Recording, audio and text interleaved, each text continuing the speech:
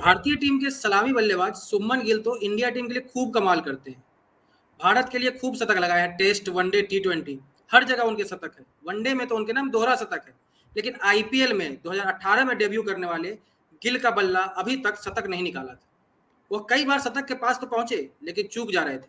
पिछले मुकाबले में ही नरेंद्र मोदी स्टेडियम पर खेले गए पिछले मुकाबले में ही लखनऊ के खिलाफ वो शतक के करीब पहुंचे, लेकिन शतक नहीं लगा पाए। लेकिन आज सनराइजर्स हैदराबाद के खिलाफ गुजरात टाइटंस के लिए शुभमन गिल ने यह शतकों का सूखा आखिरकार खत्म कर दिया है। नमस्कार, मैं हूं ऋषिकेश और हमारे साथ है हमारे साथी नित्यानंद पाठक। तो शुभमन गिल का शतक हो गया है, इस पर हम चर्चा करेंगे। ये शतक क्यों खास है, उन्होंने कैसी बल्लेबाजी की, जिस पिच पर टीम के सिर्फ एक बल्लेबाज दहाई का आंकड़ा पार कर पाया वहां गिल ने शतक लगाया है। तो पूरी विस्तार से चर्चा करते हैं इस मैच में गुजरात के प्रदर्शन पर और हैदराबाद के सामने क्या चुनौतियां हैं। तो सर, सबसे पहले तो गिल जो लगातार इस साल हम देख रहे हैं, वनडे में दोहरा शतक, टी20 में शतक, टेस्ट में शतक और अब आईपीएल में शतक, इस बल्लेबाज को कैसे देखते हैं आप? बिल्कुल ऋषिकेश, बहुत बहुत शुक्रिया। एक लाइन में अगर कहा जाए तो लड़का हीरा है। मतलब आप क्या चाहते हैं किसी बल्लेबाज से, यंगस्टर से, आप क्या चाहते हैं? आपके लिए रन बनाए, और रन किस अंदाज में बनाए। देखिए आज का जो उनकी जो पारी है वो गजब की है।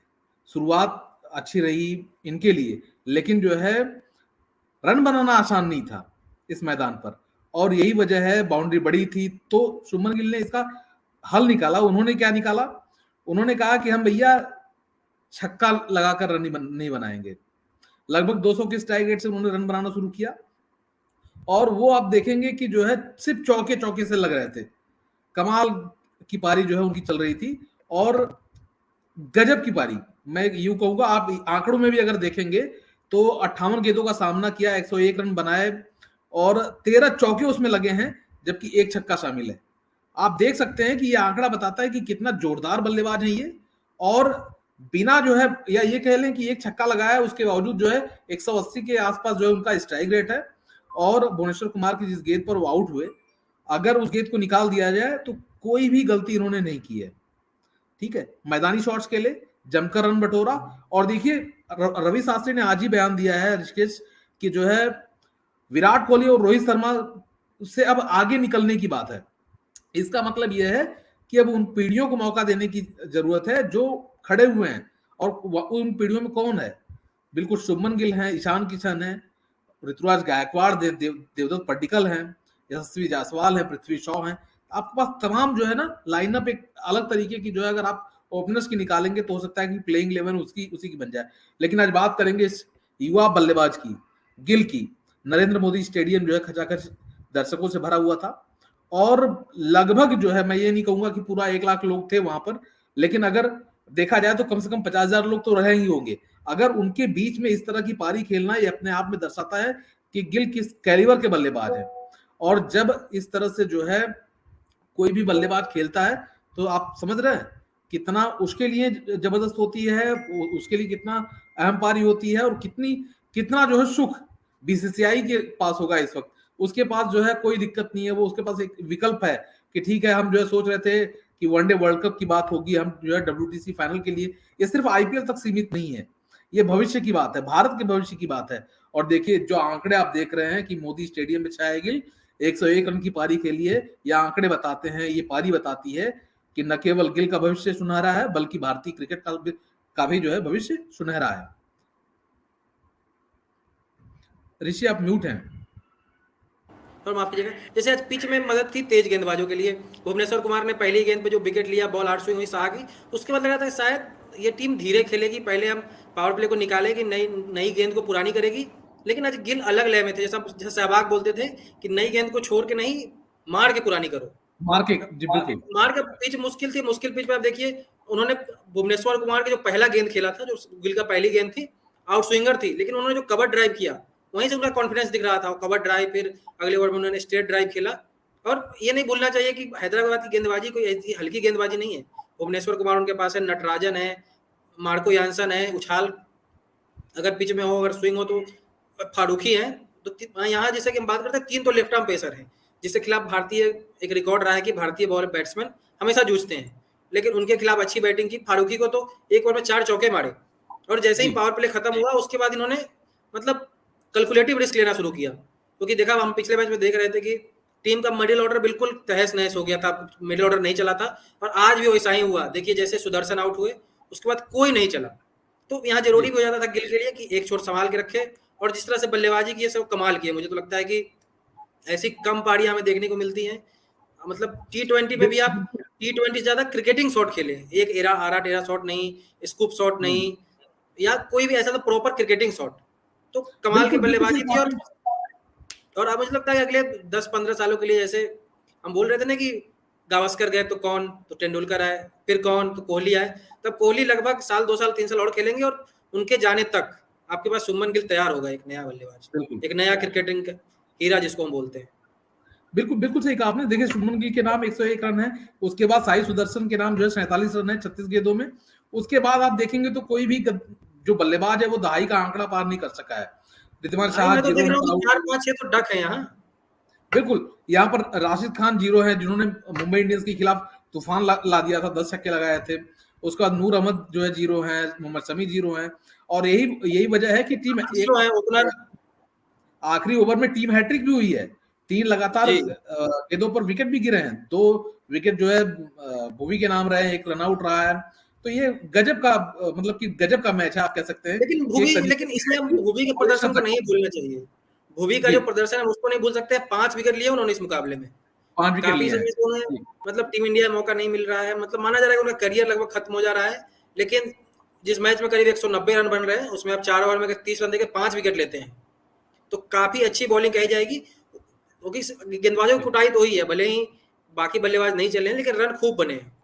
लेकिन उसमें भी अगर बिल्कुल आप 5 विकेट लेते हैं, और लास्ट ओवर में ये स्कोर 200 पार जाता दिख रहा था, जैसे उन्होंने लास्ट ओवर में बॉलिंग किया है, 1 या 2 रन शायद दिए हैं, 2 रन दिए जिसमें एक तो बाई का ही रन है, मतलब बल्ले सिर्फ 1 रन बने हैं।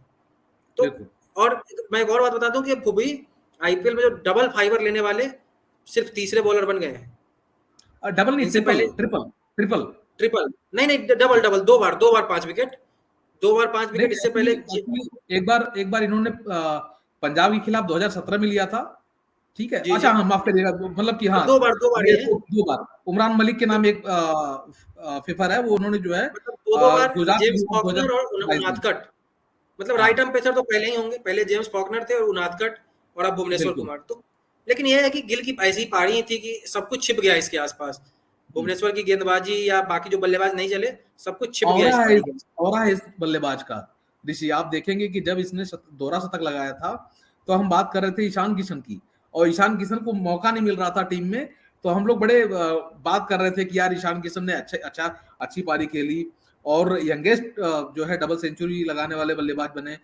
उन्होंने गजब कोहराम मचाया बल्ले से, और बांग्लादेश के खिलाफ जिस तरह की पारी उन्होंने खेली थी, उसके बाद हम मान रहे थे कि अब से जो है एक अलग ऑरा शुरू हो रहा है, एक अलग खिलाड़ी देखने को मिलेगा रोहित शर्मा के साथ में। और देखा हमने कि शुभमन गिल को मौका मिला, शुभमन गिल ने भी दोहरा शतक लगाया, और इन्होंने न केवल जो है दोहरा शतक लगाया बल्कि ताल ठोकी।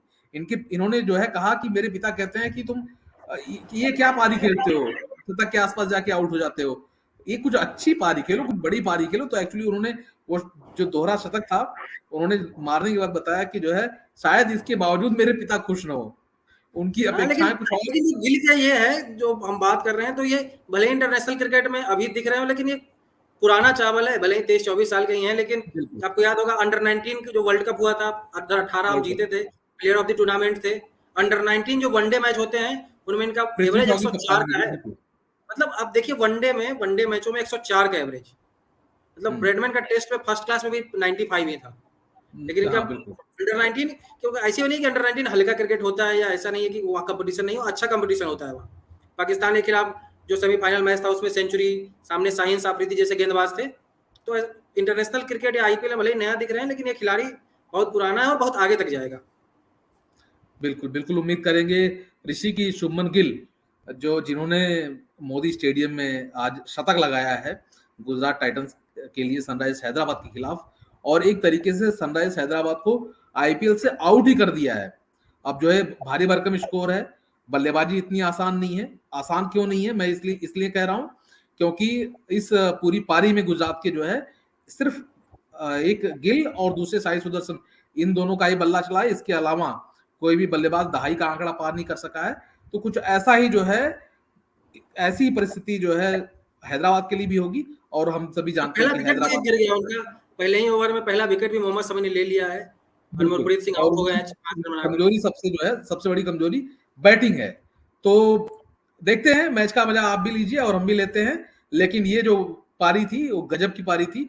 गिल ने 58 गेंदों का सामना किया, 13 चौके लगाए और एक छक्का, और इस तरह से 101 रन बनाकर वो भुवनेश्वर कुमार की गेंद पर आउट हुए। कमाल की पारी, विध्वंसक पारी, और इस पारी के दम पर न केवल जो है भारत का भविष्य सुरक्षित दिख रहा है, बल्कि WTC के फाइनल में जो है एक अलग तरीके की जो है, एक अलग तरीके का रोमांच भर रहा है और एक अलग तरीके की उम्मीद जग रही है। पिछली बार हम चूक गए थे, लेकिन इस बार उम्मीद करेंगे कि न केवल जो है WTC फाइनल हमारे पास आए, शुभमन गिल अच्छा करे उसमें, रोहित शर्मा अच्छा करे, बल्कि जो है वनडे वर्ल्ड कप में भी कुछ इसी तरह का जो है एक एंकर रोल उनको रोल करते हुए दिखाई दे, और एक अलग ऑरा में नजर आए। जिस तरह की उम्मीद हम करते थे विराट कोहली, सचिन तेंदुलकर, रोहित शर्मा आने से, वैसे कुछ गिल कमाल करें। तो फिलहाल इस चर्चा में इतना ही। मुझे नित्यानंद पाठक और मेरे सहयोगी ऋषिकेश कुमार को दीजिए इजाजत। धन्यवाद।